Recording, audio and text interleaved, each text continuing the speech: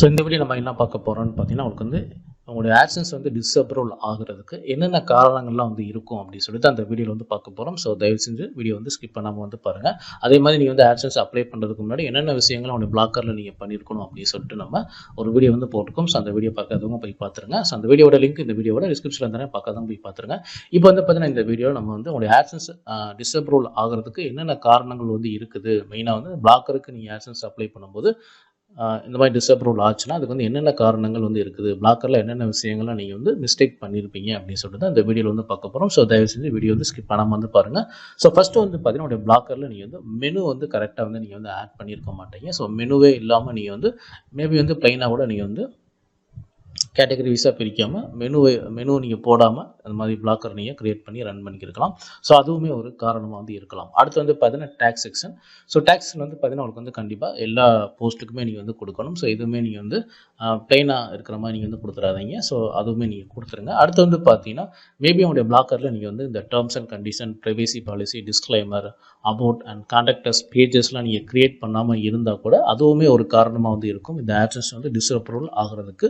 அடுத்து வந்து பார்த்தீங்கன்னா மினிமம் கண்டென்ட் டெக்ஸ்ட். ஸோ இது வந்து என்ன அப்படின்னு பார்த்தீங்கன்னா, நீங்கள் மினிமம் வந்து பார்த்தீங்கன்னா ஒரு 450 வேர்ட்ஸ் அப்படிங்கிற இருக்க மாதிரி நீங்கள் போட்டிங்கன்னா உங்களுடைய ஆட்சன்ஸ் வந்து அப்ளை பண்ணும்போது அப்ரூவல் ஆகிறதுக்கு சான்சஸ் வந்து இருக்குது. நீங்கள் அதை விட ரொம்ப கம்மியாக ஒரு 4 லைன் அல்லது 5 லைன் நீங்கள் வந்து உங்களுடைய பிளாக்கரில் நீங்கள் கண்டென்ட் போட்டு எல்லா போஸ்ட்டுமே நீங்கள் அந்த மாதிரி போடுறீங்க அப்படின்னா உங்களுக்கு வந்து ஆட்சன்ஸ் அப்ளை பண்ணிவிட்டு உங்களுக்கு வந்து ரிஜெக்ஷன் ஆகிறப்ப வந்து பார்த்தீங்கன்னா உங்களுடைய பிளாக்கரில் வந்து கண்டென்ட் இல்லை, நோ கண்டென்ட் அப்படின்னு சொல்லிட்டு உங்களுக்கு வந்து இந்த ப்ராப்ளம் வந்து உங்களுக்கு வந்து ரிஜெக்ஷன் வந்து பண்ணுவாங்க. இதன் அடுத்து வந்து பார்த்தீங்கன்னா உங்களுக்கு வந்து மேட்சிங் கண்டென்ட். ஸோ இந்த மேட்சிங் கண்டென்ட் அப்படின்னா என்ன அப்படின்னு பார்த்தீங்கன்னா, ஒரு போஸ்ட் ஃபார் எக்ஸாம்பிள் இப்போ வந்து பார்த்தீங்கன்னா இப்போ ட்ரெண்டிங்கில் இருக்குது, ஒரு நியூஸ் வந்து இப்போ ட்ரெண்டிங்கில் இருக்குது அப்படின்னா ஏற்கனவே வந்து ஒரு 10 வெப்சைட் வந்து அந்த நியூஸை பற்றி போட்டிருப்பாங்க. நீங்கள் வந்து 11வது வெப்சைட் வந்து பார்த்தீங்கன்னா அதே நியூஸை நீங்கள் வந்து எழுதுவீங்க. அப்போ வந்து பார்த்தீங்கன்னா நீங்கள் யூனிக்காக தான் எழுதிருக்கீங்க. நீங்கள் சொந்தமாக எழுதினாலுமே கூட உங்களுக்கு வந்து அது வந்து பார்த்தீங்கன்னா அவங்களுக்கு வந்து ஆல்ரெடி ட்ரெண்டிங் ஆகிட்டு ஒரு 100 வெப்சைட்டுக்கு மேலே அதே நியூஸை வந்து திரும்ப ரிப்பீட்டடாக வந்து போட்டுட்டாங்க. நீங்கள் 101வது வெப்சைட்டாக போடும்போது பார்த்தீங்கன்னா அது வந்து மேட்சிங் கண்டென்ட் அல்லது ரிப்பீட்டட் கண்டென்ட் அப்படிங்கிற மாதிரி வந்து பிரச்சனை வரும். இது வந்து யூனிக் அப்படின்னு அவங்க வந்து சொல்ல மாட்டாங்க. அதே சமயத்தில் வந்து பார்த்தீங்கன்னா காப்பி ரைட்டும் கிடையாது. ஸோ இது ரெண்டுக்கும் நடுவில் வந்து பொதுவான ஒரு பிரச்சனை வரும் உங்களுக்கு வந்து. இந்த மாதிரி கண்டென்ட் வந்து பார்த்தீங்கன்னா பெரும்பாலும் யாருக்கு வரும்னு பார்த்தீங்கன்னா இந்த நியூஸ் சம்மந்தமாக உங்களுக்கு வந்து எழுதக்கூடிய பிளாக் இருக்குது. அதே மாதிரி பார்த்தீங்கன்னா உங்களுக்கு வந்து இந்த ட்ரெண்டிங்கான போஸ்ட் வந்து எழுதக்கூடிய அந்த பிளாக்கருக்கு இந்த பிரச்சனை வரும். அதே மாதிரி இந்த மூவி ரிவ்யூ, ஸோ அந்த வெப்சைட் வச்சு நடத்துகிறவங்களுக்கும் இந்த பிரச்சனை வந்து வரும். ஸோ மூவி ரிவ்யூமே உங்களுக்கு வந்து இதே மாதிரியான பிரச்சனை தான் வந்து வரும். ஸோ அதில் பெரும்பாலான சென்டென்ஸ் எல்லாமே வந்து பார்த்தீங்கன்னா டைரக்டராக இருக்கட்டும், மியூசிக் டைரக்டர், இது எல்லாமே உங்களுக்கு வந்து சேமாக தான் போட போகிறாங்க. எந்த ஒரு பேரும் அவங்க வந்து மாற்றி போட முடியாது. ஸோ அந்த வெப்சைட்லையும் பார்த்தீங்கன்னா உங்களுக்கு வந்து இந்த மாதிரியான இந்த மேட்சிங் கண்டென்ட் பிரச்சனை வந்து வரும்.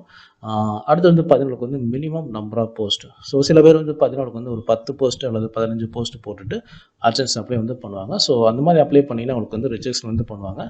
அண்ட் உங்களுடைய போஸ்ட் வந்து ரொம்ப அதிகமான ஒவ்வொரு போஸ்ட்டும் அதிகமான கண்டென்ட் டெக்ஸ்ட் போட்டு நீங்கள் எழுதுறீங்க அப்படின்னா ஸோ ஓரளவுக்கு உங்களுக்கு வந்து நீங்கள் 15 போஸ்ட் அல்லது 20 போஸ்ட் போடும்போது உங்களுக்கு வந்து அப்ரூவல் ஆகிறதுக்கு வாய்ப்பு வந்து இருக்குது.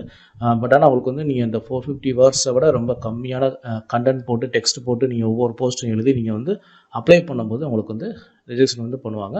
ஸோ அதனால் வந்து பார்த்தீங்கன்னா எப்பயுமே வந்து நீங்கள் அதிகமான கண்டென்ட் போட்டு போஸ்ட் எழுதினாலும் சரி, நீங்கள் வந்து அதிகமான போஸ்ட் போட்டதுக்கப்புறம் நீங்கள் வந்து அப்ளை பண்ணுங்கள். ஒரு 25க்கு மேலே அல்லது 30க்கு மேலே நீங்கள் வந்து கண்டென்ட் போட்டுட்டு போஸ்ட் போட்டுட்டு அதுக்கப்புறம் நீங்கள் ஆட்சன்ஸ் வந்து அப்ளை பண்ணுங்கள். அடுத்து வந்து பார்த்தீங்கன்னா உங்களுடைய பிளாக்கரில் இந்த செட்டிங்ஸ் பேஜில் போனீங்கன்னா அவங்களுக்கு வந்து இந்த Google search console and Google analytics ID இது எல்லாமே நீங்கள் வந்து செட்டிங்ஸ் வந்து ப்ராப்பராக பண்ணலை, சர்ச் கன்சோல் பேஜ் நீங்கள் க்ரியேட் பண்ணலை, கூகுள் அனாலிட்டிக்ஸ் ப்ராப்பர்ட்டி ஐடி நீங்கள் வந்து க்ரியேட் பண்ணலை, ப்ளைனாக நீங்கள் வச்சுருக்கீங்க அப்படின்னா கூட உங்களுக்கு ரிஜெக்ஷன் வந்து பண்ணுவாங்க. இந்த அடுத்து வந்து பார்த்தீங்கன்னா வந்து posting applied AdSense. Okay, posting after applied AdSense. நீங்கள் வந்து உங்களுடைய ஆட்சன்ஸ் நீங்கள் அப்ளை பண்ணதுக்கப்புறம் பார்த்தீங்கன்னா உங்களுடைய பிளாக்கரில் போயிட்டு நீங்கள் அடுத்தடுத்த போஸ்டிங் நீங்கள் போட்டிங்கன்னா கூட உங்களுக்கு வந்து அது வந்து அண்டர் கன்ஸ்ட்ரக்ஷன் அப்படின்னு சொல்லிட்டு அந்த ப்ராப்ளம் வந்து வரும். அடுத்து வந்து பார்த்தீங்கன்னா டெம்ப்ளேட் எடிட்டிங். ஸோ நீங்கள் போஸ்ட் போட்டதுக்கப்புறம் பார்த்தீங்கன்னா உங்களுடைய டெம்ப்ளேட்டில் போயிட்டு நீங்கள் வந்து வேறு ஏதாவது கோடிங் வந்து அடிஷ்னலாக நீங்கள் வந்து ஆட் பண்ணுறீங்க அல்லது உள்ளே போயிட்டு நீங்கள் ஏதாவது கோடிங் வந்து சேஞ்ச் பண்ணுறீங்க அப்படின்னாலும் உங்களுக்கு இந்த பிரச்சனை வந்து வரும். அடுத்து வந்து பார்த்தீங்கன்னா நீங்கள் ஆட்சன்ஸ் அப்ளை பண்ணதுக்கப்புறம் உடைய மெனுவை போய் நீங்கள் சேஞ்சஸ் பண்ணுறீங்க, மெனு நேமை நீங்கள் சேஞ்சஸ் பண்ணுறீங்க, இல்லை அடிஷ்னலாக நீங்கள் வந்து நிறையா மெனு நீங்கள் வந்து ஆட் பண்ணுறீங்க அல்லது ஒரு குறிப்பிட்ட போஸ்ட்டில் வந்து பார்த்தீங்கன்னா நீங்கள் வந்து ஒரு டேக் தான் கொடுத்துருப்பீங்க. ஆட்சன்ஸ் அப்ளை பண்ணதுக்கப்புறம் இன்னும் 2-3 டேக் வந்து எக்ஸ்ட்ரா வந்து ஆட் பண்ணுறீங்க அப்படின்னா கூட உங்களுக்கு இந்த ரிஜெக்ஷன் வந்து உங்களுக்கு வந்து பண்ணுவாங்க. ஸோ நீங்கள் வந்து ஆட்சன்ஸ் அப்ளை பண்ணதுக்கப்புறம் பார்த்தீங்கன்னா உடைய பிளாக்கரில் நீங்கள் எந்த ஒரு சேஞ்சஸும் எந்த ஒரு இடத்துலையும் நீங்கள் போய் பண்ணக்கூடாது. நீங்கள் வந்து பார்த்தீங்கன்னா நீங்கள் உங்களுடைய AdSense அப்ளை பண்ண போகிறீங்க அப்படின்னா கூட நீங்கள் வந்து ஒரு 20 ஹவர்ஸ் நீங்கள் கடைசியாக போஸ்ட் போட்டு ஒரு 20 ஹவர்ஸ் அல்லது 30 ஹவர்ஸ் கழித்து நீங்கள் வந்து AdSense அப்ளை வந்து பண்ணுங்கள். ஸோ அந்த குறிப்பிட்ட அந்த இடைவெளி டைமில் வந்து பார்த்தீங்கன்னா அந்த 24 ஹவர்ஸ் அல்லது 30 ஹவர்ஸ் இருக்குது பார்த்தீங்கன்னா அந்த டைமில் நீங்கள் எந்த ஒரு சேஞ்சஸ் பண்ணாதீங்க. அதே சமயத்தில் நீங்கள் அப்ளை பண்ணதுக்கப்புறமும் நீங்கள் எந்த ஒரு சேஞ்சஸ் வந்து பண்ணக்கூடாது. உங்களுக்கு வந்து ரிப்ளை மெயில் வர்ற வரைக்கும் நீங்கள் எந்த ஒரு எடிட்டிங் உங்களுடைய எந்த ஒரு போஸ்ட்டும் நீங்கள் வந்து போஸ்ட் பண்ணாதீங்க. ஸோ உங்களுக்கு வந்து மெசேஜ் வந்ததுக்கப்புறம் அதுக்கப்புறம் நீங்கள் வந்து என்ன எடிட்டிங் வேணாலும் பண்ணிக்கலாம்.